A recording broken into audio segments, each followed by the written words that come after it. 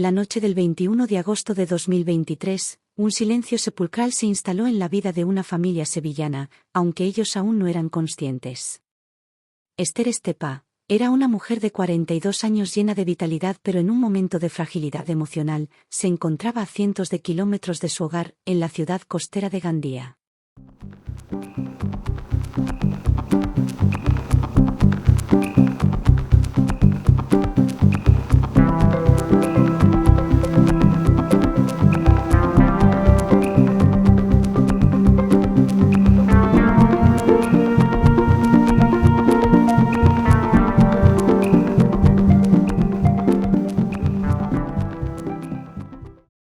Lo que comenzó como un viaje en busca de aire nuevo y quizás una nueva oportunidad, terminó convirtiéndose en uno de los episodios más oscuros y retorcidos de la crónica negra española reciente.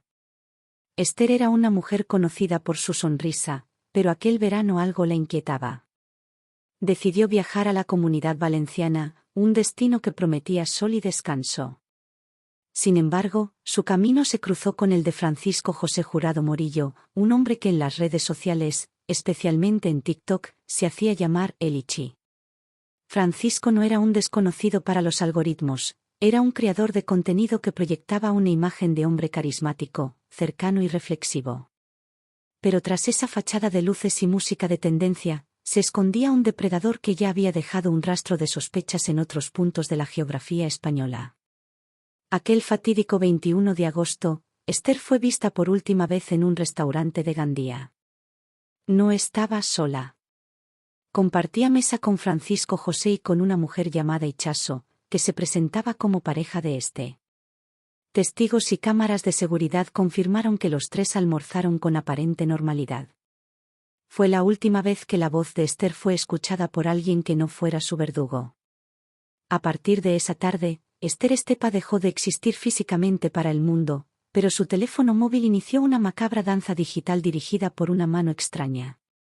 Días después de la desaparición, la madre de Esther comenzó a recibir mensajes desde el número de su hija. Pero el alivio inicial de saber que estaba bien, pronto se transformó en una sospecha. Los mensajes no sonaban a Esther. Eran frases cortas, frías, con una puntuación extraña y expresiones que ella nunca utilizaba, cosa que a la madre de la víctima le parecía raro. En uno de esos mensajes, se afirmaba que Esther se marchaba a Argentina, que había conocido a gente nueva y que no quería que nadie la buscara. Para una madre que conocía cada matiz de la personalidad de su hija, aquello era una señal de alarma. Esther no se iría así, no sin una despedida real, y mucho menos a otro continente sin maletas ni planes previos.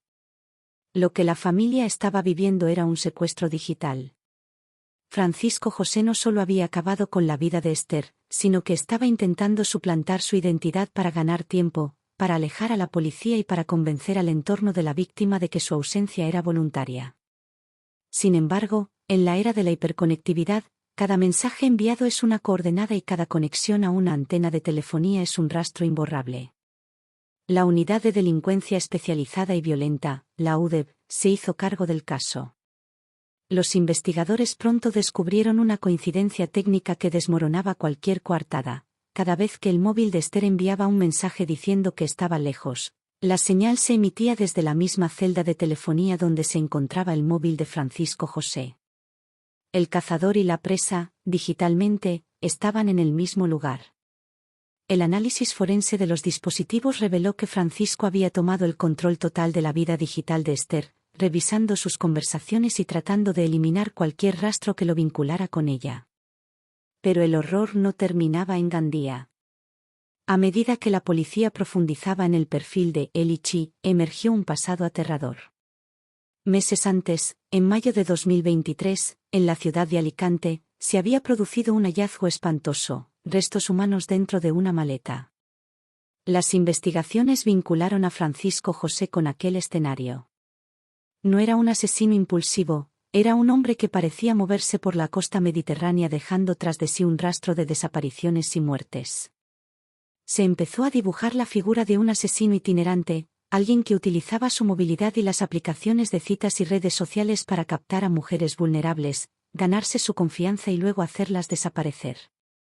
Mientras la policía estrechaba el cerco, Francisco José seguía activo en TikTok. Subía vídeos bailando, grababa mensajes motivacionales y actuaba como si no tuviera una preocupación en el mundo.